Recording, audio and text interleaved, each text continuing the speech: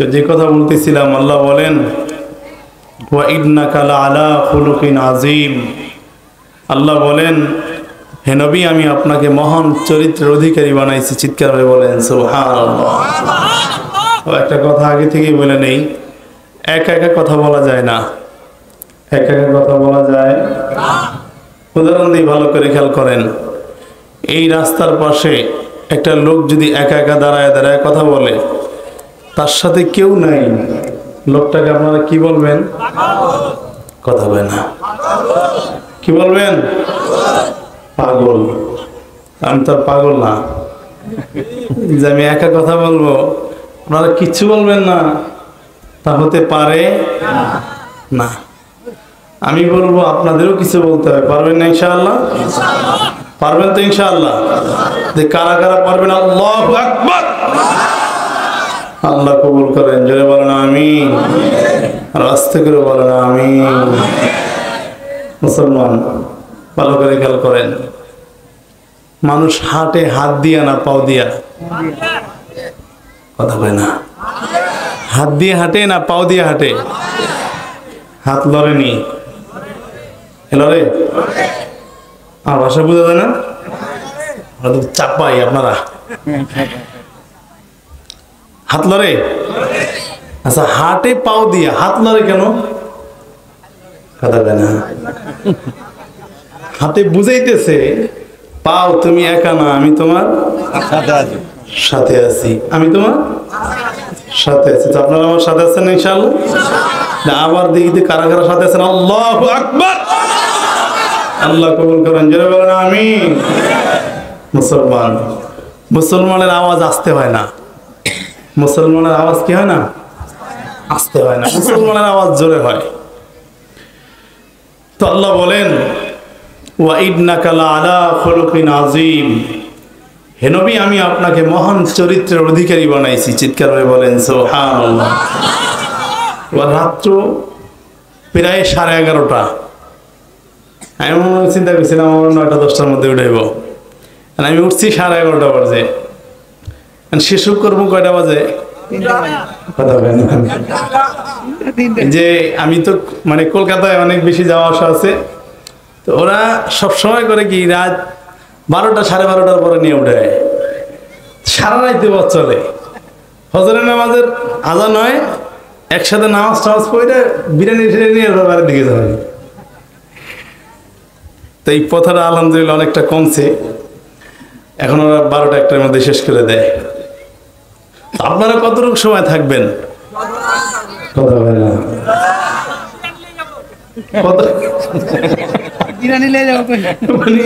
বিরিয়ানি না দিলে যাবেন না। কতক্ষণ থাকবেন? ওই যে বলে দিচ্ছে যে বিরিয়ানি ছাড়া যাবো না। আল্লাহ তাআলা আমাদেরকে বোঝার তৌফিক দান করে। যারা বলেন আমিন। তো যে কথা বলতেছিলাম, আল্লাহ বলেন ওয়া ইন্নাকা লাআলা খুলুকিন আযীম। হে নবী, আপনি মহান চরিত্রের অধিকারী। আপনার মতো তো সুন্দর চরিত্র দিয়া দুনিয়ার মধ্যে কোনো মানুষ বানাই না। কথা হয় না? বানাইছেন? কোন নবী, কোন ওলি, দুনিয়ার কাউকে বানাইছেন? সব থেকে শ্রেষ্ঠ মহামানব মুহাম্মদুর রাসূলুল্লাহ সাল্লাল্লাহু আলাইহি ওয়াসাল্লাম। হাদিসের মধ্যে রাসূল বলেন, যদি আমার নাম শোনার পরে বান্দা জবান দিয়ে একবার দুরূদ পড়ে, আল্লাহ তাআলা তার উপর 10 বার রহমত পাঠায়। সুবহানাল্লাহ। একবার রহমত একবার দুরূদ পড়লে কয়বার রহমত পাঠায়? 10 বার। আল্লাহ কবুল করেন। জোরে বলেন আমিন। আমরা দুনিয়াটাকে খুব ভালো করে বুঝি, দুনিয়ার গাড়ি, দুনিয়ার বাড়ি, দুনিয়ার নারী, দুনিয়ার টাকা খুব ভালো বুঝি, আখেরাতকে বুঝতে চাই না। কথা কয় না? ঠিক না বাড়ি? জোরে বলেন।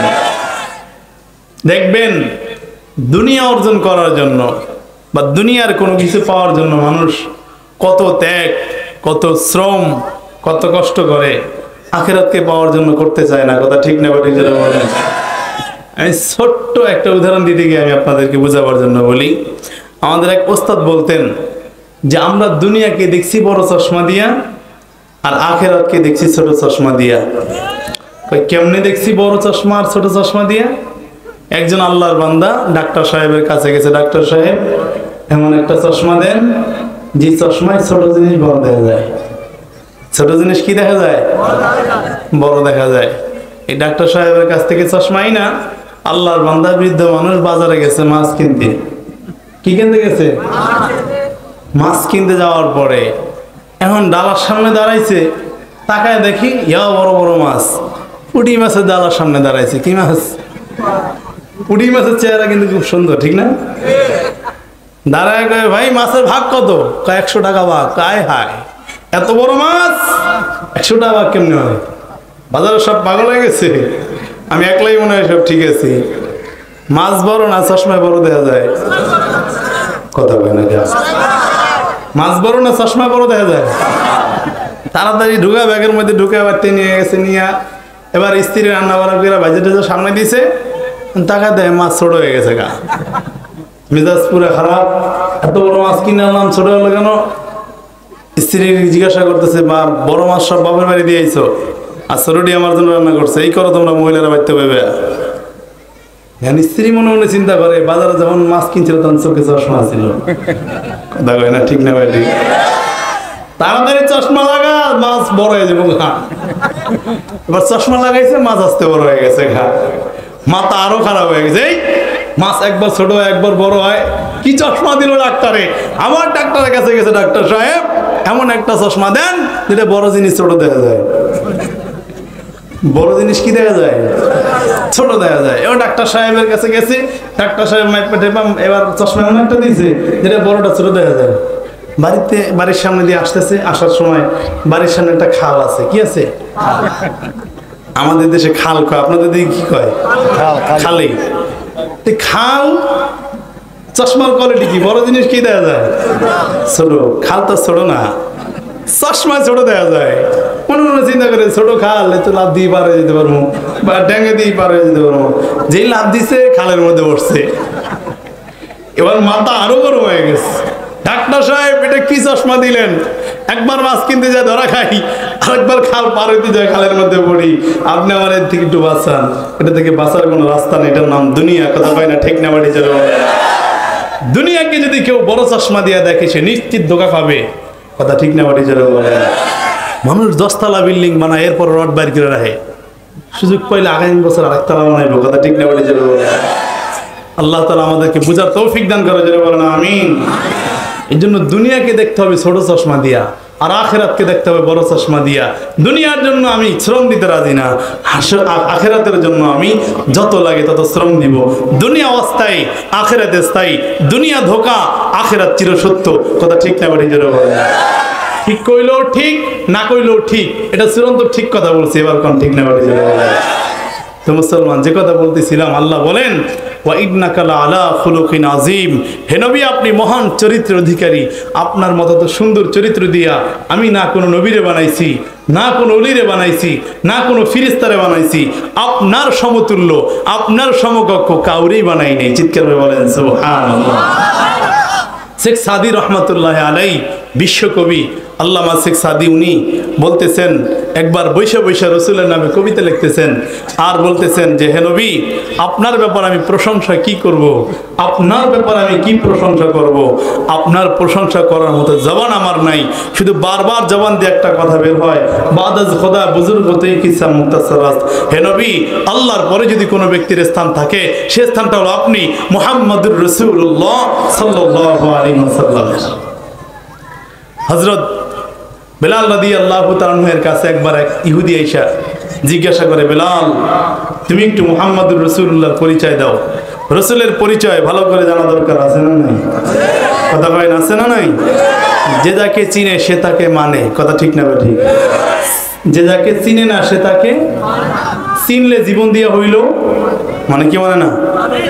এবার বেলাল রাদিয়াল্লাহু তাআলা এর কাছে এক ইহুদি আইসা ডেকে বলে, বেলাল, ভালো করে শুনে নাও, তুমি আমার পয়গম্বর মুহাম্মদুর রাসূলুল্লাহ সাল্লাল্লাহু আলাইহি ওয়াসাল্লামের ব্যাপারে, পয়গম্বরের আদর্শের ব্যাপারে তুমি আমার কাছে একটু বিবরণ দাও। বেলাল লিখে বলে, ইহুদি, নবীর আদর্শের বিবরণ দেওয়ার আগে আমি তোমার একটা প্রশ্ন করি, তুমি আমার প্রশ্নের জবাব দাও। ইহুদি ডেকে বলে, বেলাল কি প্রশ্ন করবা? বলে, তুমি বলো আসমানটা কত বড়, তুমি বলো জমিনটা কত বড়, তুমি বলো পাহাড়টা কত বড়, তুমি বলো সাগরটা কত বড়, তুমি বলো এই জমিনটা কত বড়। এবার ইহুদি ডেকে বলে, বেলাল আসমানের ব্যাপারে বললে একটা বলতে পারবো, জমিনের ব্যাপারে বললে একটা বলতে পারবো, পাহাড়ের ব্যাপারে বললে একটা বলতে পারবো, সব বলতে পারবো না।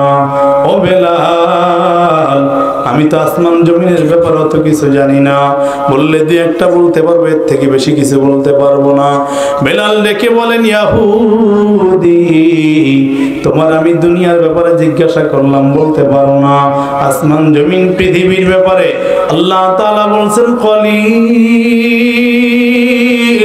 ছোট্ট, এর থেকে ছোট আর হতে পারে না। দুনিয়ার ব্যাপারে আল্লাহ বলেছেন দুনিয়াটা মশার পাকের থেকেও ছোট, এর থেকেও বেদামি, এর থেকেও দামহীন। এই বেদামি জিনিসের কথা তুমি বলতে পারো না, অথচ তুমি আমাকে যার ব্যাপারে প্রশ্ন করেছো, তুমি আমাকে পয়গম্বরের ব্যাপারে প্রশ্ন করেছো, আখিরি জামানার পয়গম্বর মুহাম্মদুর রাসূলুল্লাহর ব্যাপারে তুমি আমার প্রশ্ন করেছো। আল্লাহ তাআলা তার ব্যাপারে পবিত্র কোরআনের মধ্যে কি বলেছে জানো? বলে, কি বলেছে বলো? আল্লাহ বলেন, ওয়া ইন্নাকা লাআলা খুলুকিন আযীম।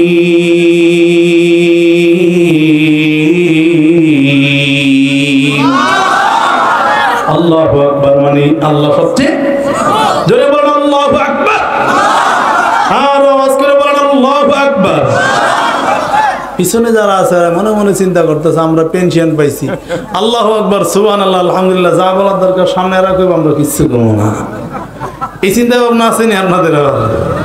জোরে বলেন আল্লাহু আকবার, আর আওয়াজ করে বলেন আল্লাহু আকবার। আল্লাহু আকবারের পাওয়ার আছে না নাই? এই কথা কয় না, আছে না নাই? আর জোরে বলেন আল্লাহু আকবার। আল্লাহু আকবারের পাওয়ার কথা আমি বুঝাবার জন্য বলি, আফগানিস্তানের মধ্যে রাশিয়ার সাথে আফগানিস্তানের যুদ্ধ হয়েছিল কি হয় নাই? কথা হয় না, হয়েছে কি হয় নাই? হয়েছে। ওই সময় রাশিয়া বিশ্বের সুপার পাওয়ার ছিল। রাশিয়া আফগানিস্তান থেকে পালায় গেল। বিশ্বের বড় বড় সাংবাদিকরা গিয়া রাশিয়ার সেনাপ্রধানদের কাছে গিয়ে জিজ্ঞাসা করে কয়, তোরা পালাইলি কেন? তোদের কাছে তো কামান, বিমান, রকেট, অস্ত্র কোনো কিছুই কম নাই। তোদের কাছে মিসাইল, ক্রুজ মিসাইল, ক্ষেপণাস্ত্র, ব্যালিস্টিক মিসাইল, কত কিছুই না তোদের কাছে আছে। এরপরও পারলি না কেন?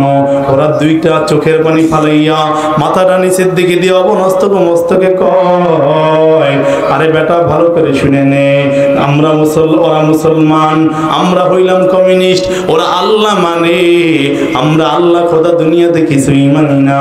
আমাদের কাছে যে অস্ত্র আছে ওদের কাছে নাই, তবে ওদের কাছে এমন একটা অস্ত্র আছে যেটা আমাদের কাছে নাই, আমেরিকার কাছে নাই, রাশিয়ার কাছে নাই, চায়নার কাছে নাই, গোটা পৃথিবীর কোন অস্ত্রগারে সে অস্ত্রটা বানানো হয় না। বলে, অস্ত্রটা কি জানো? ওদের সৈনিকরা যখন যুদ্ধের ময়দানে অবতীর্ণ হয়, আমাদের সৈনিকরাও যখন যুদ্ধের ময়দানে অবতীর্ণ হয়, আমরা গুলির বিনিময়ে গুলি এই দেই, ওরা গুলির বিনিময়ে গুলি দেয় না। ওরা যখন আমাদের দিকে ফায়ার শুরু করে, আমরাও যখন ওদের দিকে ফায়ার শুরু করি, ফায়ার, ওরা আমাদের সৈনিকের দিকে তাকাইয়া একটা তাকবীরের ধ্বনি দেয়,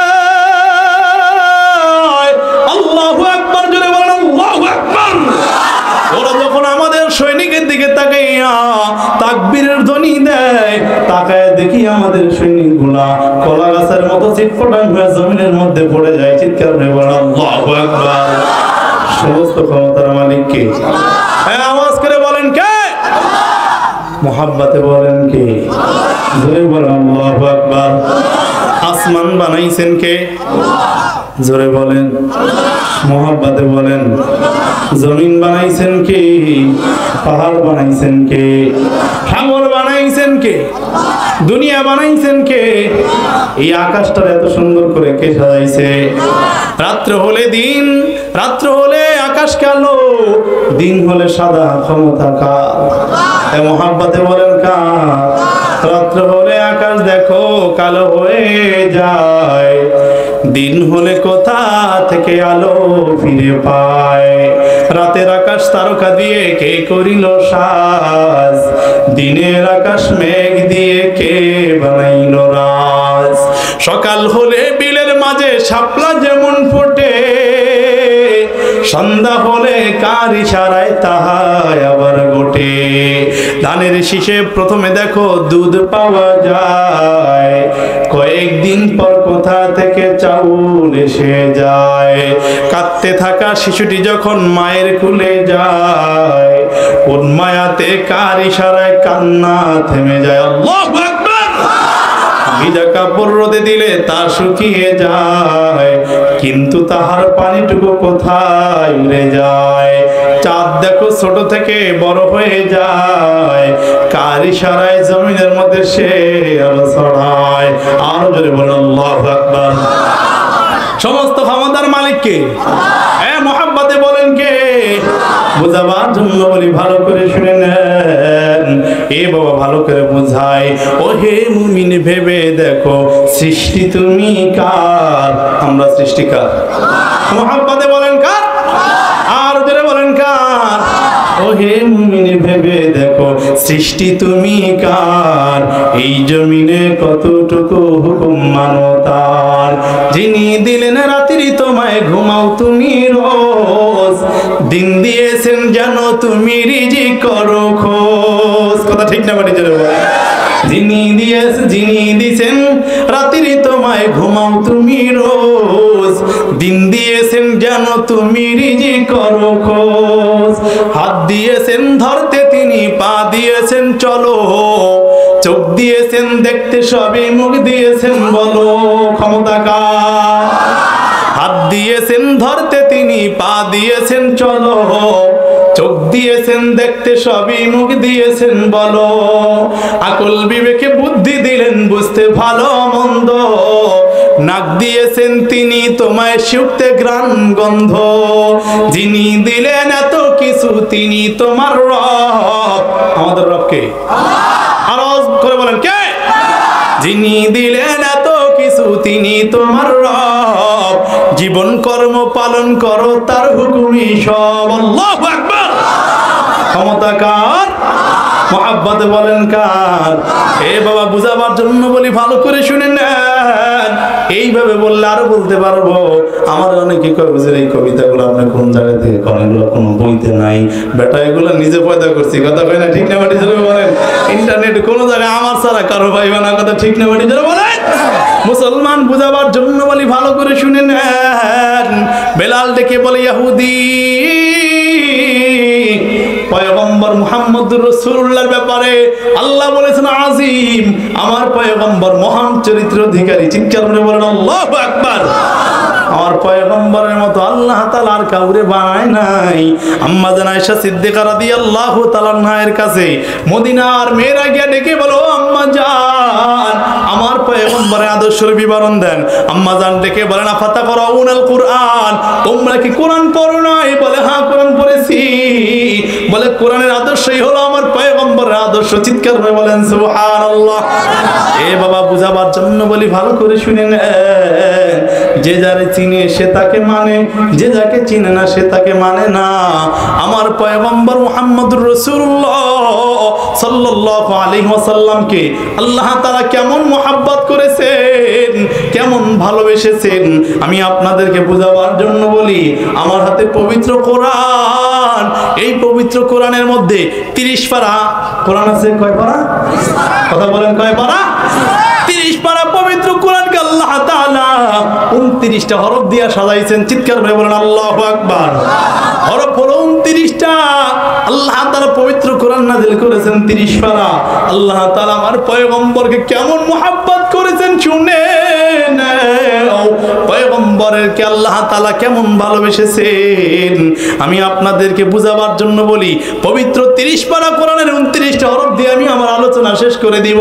আল্লাহর পয়গম্বরকে আল্লাহ তাআলা কেমন ভালোবেসেছেন, কেমন মহব্বত করেছেন। ও পয়গম্বরের উম্মত 29 পারা কোরআনের 30টা সিফাত আছে, 29টা হরফের 29টা সিফাত আছে। আল্লাহ তাআলা মায়ার নবীর 29টা সিফাত দিয়া পবিত্র কোরআনকে সাজায় রাখছেন। চিৎকার করে বলেন সুবহানাল্লাহ। পবিত্র কোরআনের মধ্যে হরফ হলো 29টা। কয়টা?